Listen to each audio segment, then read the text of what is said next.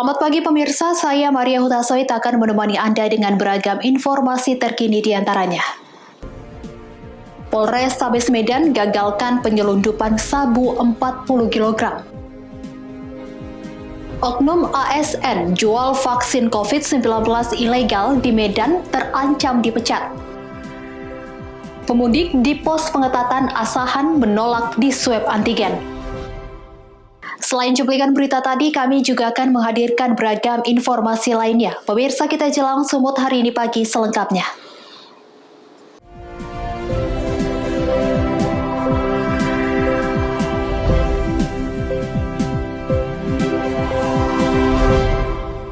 Kita ke informasi pertama, pemirsa. Polrestabes Medan berhasil menggagalkan penyelundupan narkoba jenis sabu seberat 40 kg yang dikirim dari Provinsi Aceh. Sabu tersebut disimpan di ban serep mobil yang sudah dimodifikasi.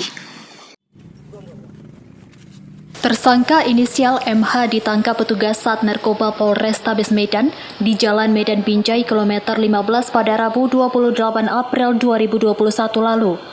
Warga Aceh Barat tersebut ditangkap saat mengendarai mobil penumpang warna hitam dan akan menyelundupkan narkoba dari Aceh menuju kota Medan. Untuk mengelabui petugas, barang bukti sabu seberat 40 kg disembunyikan tersangka di dalam ban serep yang sudah dimodifikasi. Penangkapan tersangka merupakan hasil pengembangan dengan tertangkapnya 3 tersangka lain yang merupakan rekan tersangka MH. Dalam keterangan persnya, Kapolrestabes Medan Kombes Pol Riko Sunarko mengatakan penangkapan para tersangka dilakukan petugas di 3 lokasi di Medan. Kepada petugas, tersangka IS mengaku diperintahkan seorang bandar narkoba di Aceh untuk mengantar barang haram tersebut ke kota Medan. Dengan inisial Saudara MH dengan barang bukti 40.000 gram sabu-sabu atau 40 kg sabu-sabu. Dengan modus yang bersangkutan mengambil barang tersebut di Aceh Utara, kemudian menggunakan mobil, rekan-rekan bisa lihat mobilnya, itu sudah dimodifikasi di mana sabu-sabu tersebut ditempatkan di bawah ban serep. Kemudian ditata di bawah ban serep untuk berusaha mengelabui petugas. Namun faktanya kita berhasil mengungkap dan sebagian lagi diungkap oleh Direktorat Narkoba. Penyelidikan lebih lanjut para tersangka dan barang bukti kini masih diamankan di Mapolrestabes Medan. Wahyu Pratama melaporkan untuk Evarina TV. Sementara itu, pemirsa, Satreskrim Polres Labuhan Batu menangkap 2 pelaku pencurian dengan kekerasan yang menggasak uang tunai 150 juta rupiah di salah satu gudang distributor makanan di Aek Nabara. Kedua pelaku pun diberi tindakan tegas dan terukur karena sempat membahayakan petugas saat ditangkap.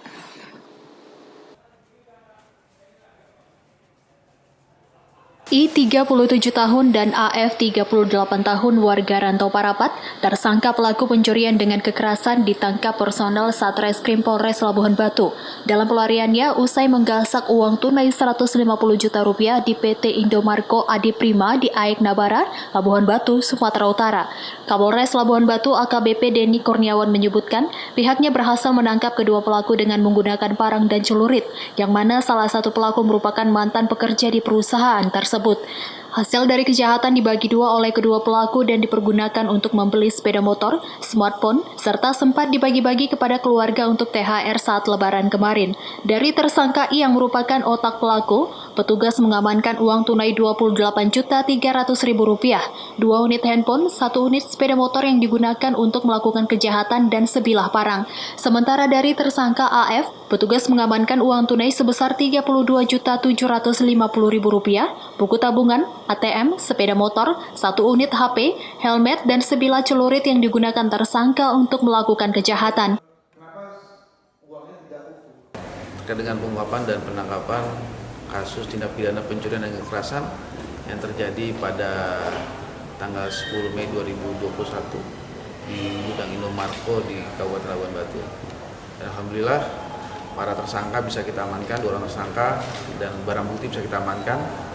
Dan saat ini kita pastikan bahwa mereka akan kita proses sampai dengan JPU dan kita kenakan pasal 365 KUH pidana dengan ancaman hukuman sekitar 12 tahun penjara. Ya, jadi salah satu tersangka atas nama Iwan memang merupakan mantan pegawai dari perusahaan tersebut yang sudah dipecat 6 tahun yang lalu, sehingga ada perasaan dendam kemudian melakukan tindak pidana tersebut. Oke. Pak, hasilnya tadi uangnya digunakan untuk apa, bagaimana Pak? Hasilnya di samping untuk membeli sepeda motor, ya tadi ada buktinya, kemudian berbelanja kebutuhan lebaran, juga ada yang sebagian diberikan orang tuanya, sehingga ada barang bukti uang itu kita sita dari salah satu orang tua tersangka. Ya. Untuk mempertanggungjawabkan perbuatannya, kedua pelaku dijerat pasal 365 KUH pidana dengan ancaman maksimal 12 tahun penjara dan akan dilimpahkan ke Kejaksaan guna proses persidangan. Ucok Sitorus melaporkan untuk Evarina TV.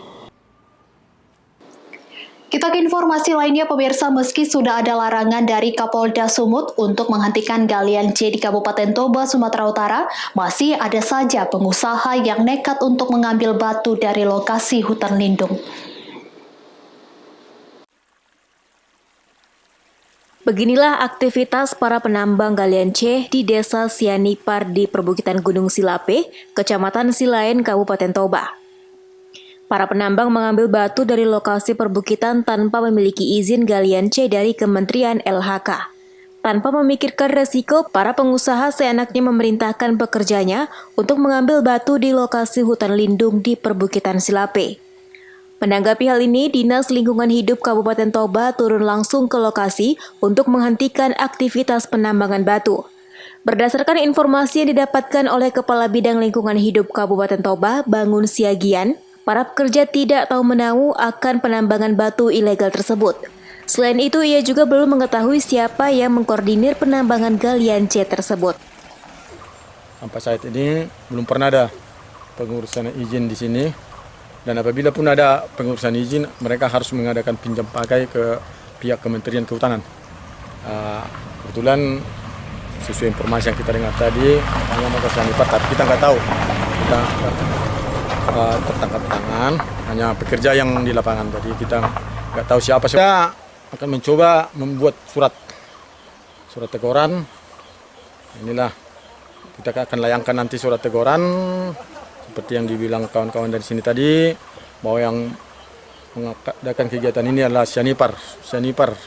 Jadi Prancis Sianipar. Nanti akan kita buat surat kepada Prancis Sianipar supaya kegiatan ini di stop karena merupakan kawasan hutan. Kedepannya, Dinas Lingkungan Hidup akan menyurati pengusaha yang mengambil galian C di lokasi hutan lindung. Jabarlin Saragi melaporkan untuk Evarina TV. Sumut hari ini masih akan kembali sesaat lagi, tetaplah bersama kami.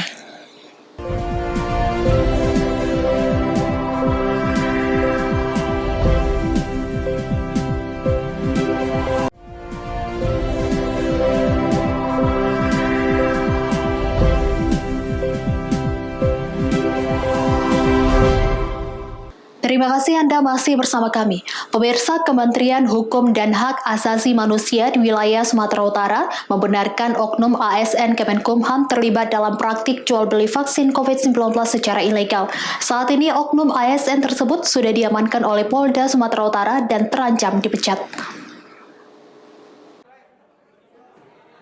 Kantor Wilayah Kementerian Hukum dan HAM Sumatera Utara membenarkan salah satu aparatur sipil negara terlibat dalam kasus jual beli vaksin COVID-19 secara ilegal. Diketahui ASN berinisial IW ini merupakan dokter yang bertugas di Rumah Tahanan Kelas 1 Tanjung Gusta Medan, Sumatera Utara dan bertugas sejak tahun 2019 lalu. Kepala Divisi Pemasyarakatan Kanwil Kemenkumham Sumut, Anak Agung Krisna mengungkapkan, aksi ilegal oknum dokter ASN tersebut merupakan kegiatan di luar kedinasan. Praktik tersebut tanpa sepengetahuan Kepala Rumah Tahanan dan Kantor Wilayah Hukum dan HAM Sumatera Utara. Ia juga mengungkapkan aksi jual beli vaksin COVID-19 ini tidak dilakukan di dalam lingkungan rutan atau lembaga pemasyarakatan yang ada di Sumut. Kami menyatakan yang pertama bahwa memang betul, ya, ada satu orang oknum ASN di rutan kelas 1 Medan yang sedang diperiksa oleh teman-teman dari Polda Sumatera Utara.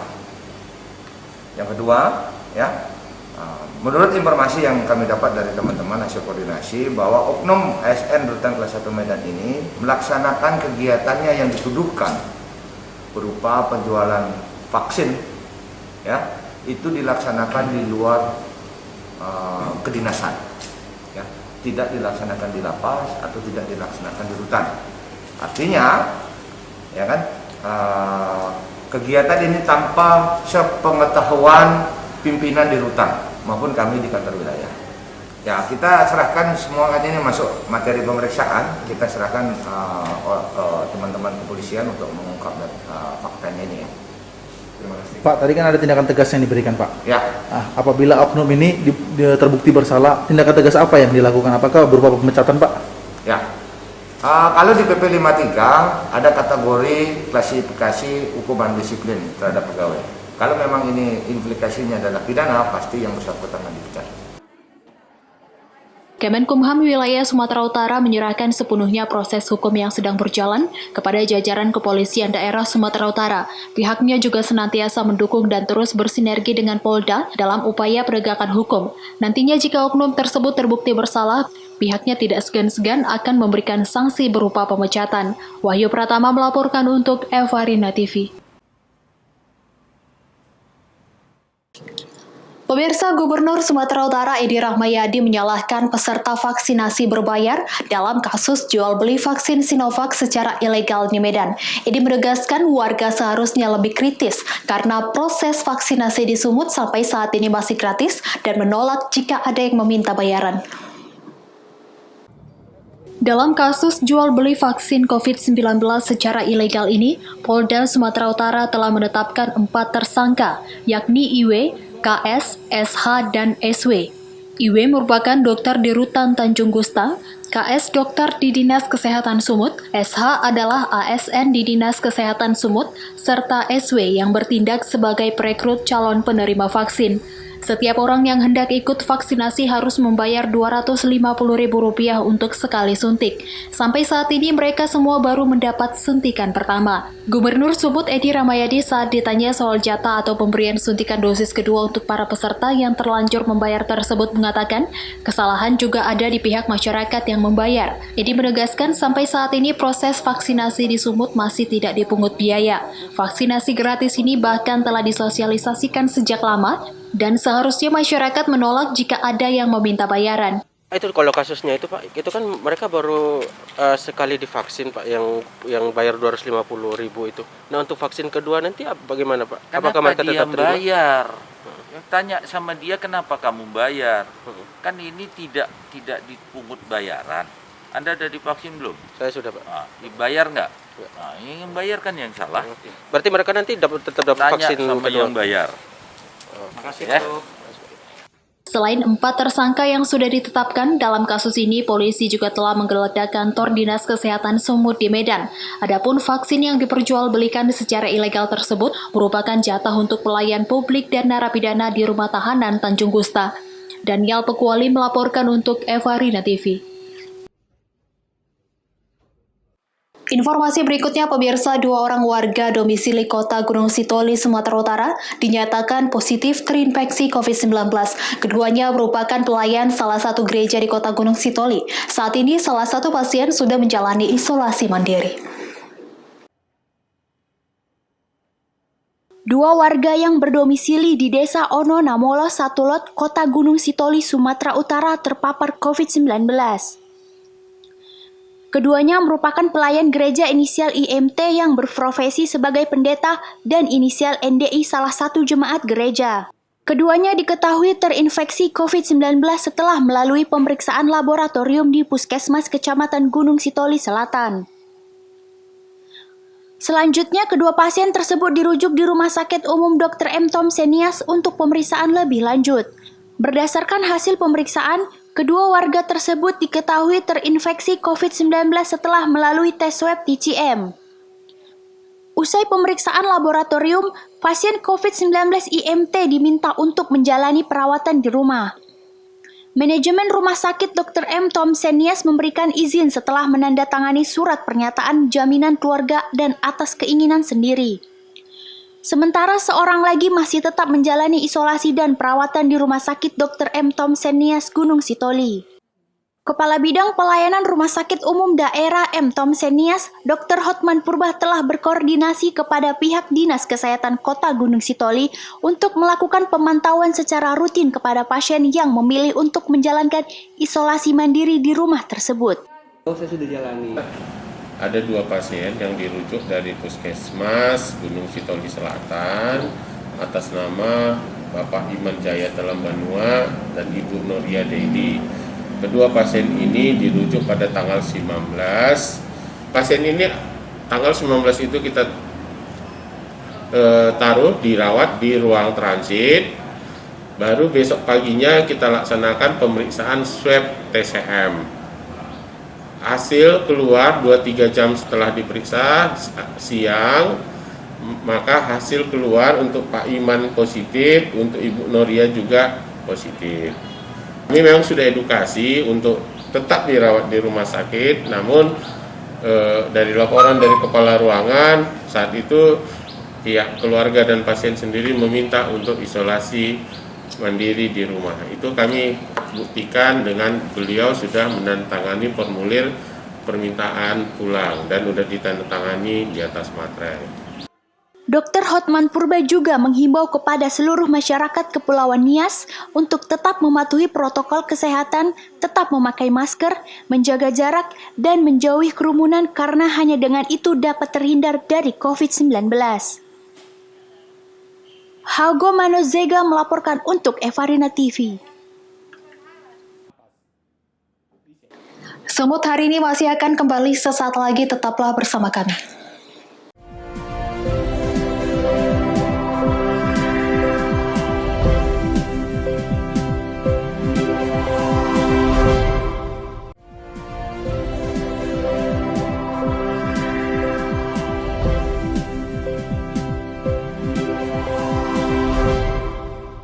Terima kasih Anda masih bersama kami. Pemirsa, salah seorang pemudik di pos pengetatan Asahan, Sumatera Utara berdebat dengan petugas karena tidak membawa surat keterangan swab antigen. Tidak hanya itu, sejumlah pemudik juga takut dilakukan swab antigen.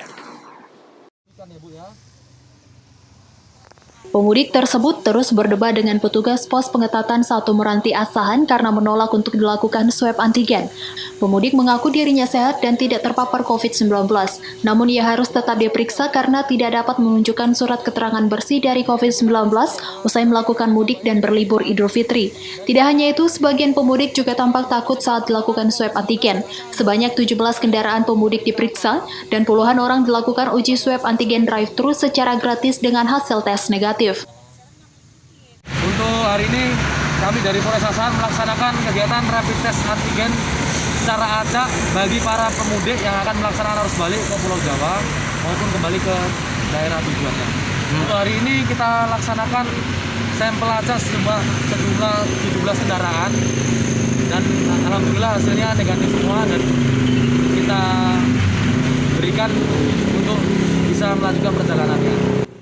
Pemeriksaan dilakukan secara acak bagi pemudik yang akan kembali ke Pulau Jawa atau daerah asalnya. Petugas mengimbau kepada warga yang akan kembali ke daerah asal agar tetap memeriksakan kesehatannya dan membawa surat keterangan rapid swab antigen. Wanda Pratama melaporkan untuk Evarina TV.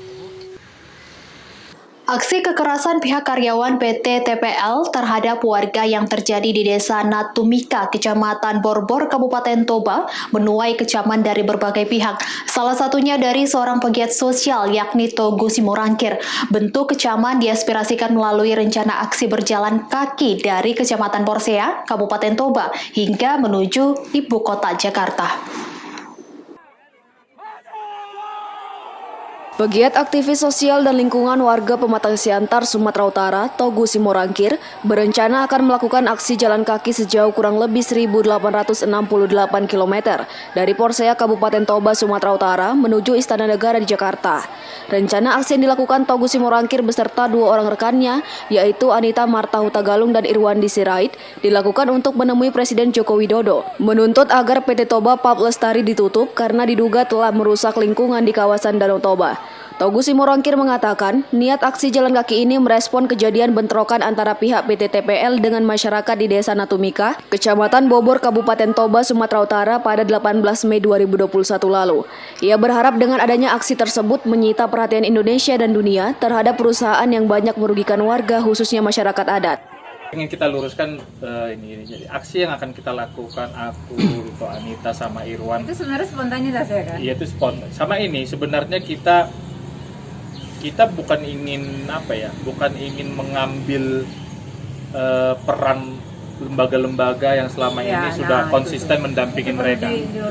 Kan selama ini yang mendampingi masyarakat adat ini kan ada KSTPM, ada Aman Tanobata. Jadi sebenarnya kita ini hanya melengkapi aja dari sisi yang kita. Dengan cara yang kami ini kan cuma bisanya hanya bisa memberikan tenaga aja. Secara pribadi. Jadi ini bukan nanti ketika suatu saat nanti memang TPL tutup gara-gara memang tahun ini kita buat aksi besar-besaran dari semua lini, ya itu kemenangan rakyat Toba, Tanobata. Bukan karena kami 3 jalan itu langsung kami gara-gara kami tuh no karena setelah kita jalan juga kita kembali lagi ya jualan air kembali lagi kami tidak tinggal di sekitar TPL, kami tidak punya kepentingan di situ, tapi kami tidak terima penindasan itu sering terjadi gitu. Itu yang kita ingin luruskan gitu ya. Jadi jangan banyak sih komentar-komentar yang nyinyir, wah kayak katanya sok jadi pejuang, paling pejuang apalah segala macam. No, enggak. Kita sebelum ini juga kita sudah melakukan kegiatan-kegiatan di kemanusiaan kok. Sebelumnya, Togu Simorangkir beserta rekannya juga pernah melakukan aksi sosial lainnya dengan cara berjalan kaki. Hal ini ia lakukan sebagai bentuk respon terhadap kegiatan sosial maupun persoalan yang ada di sekitarnya. Dosi Simarmata melaporkan untuk Eva Dena TV. Pemirsa, demikianlah rangkuman informasi dalam Semut hari ini pagi. Saya Maria Huta Said mewakili kerabat kerja yang bertugas pamit undur diri. Terima kasih dan sampai jumpa.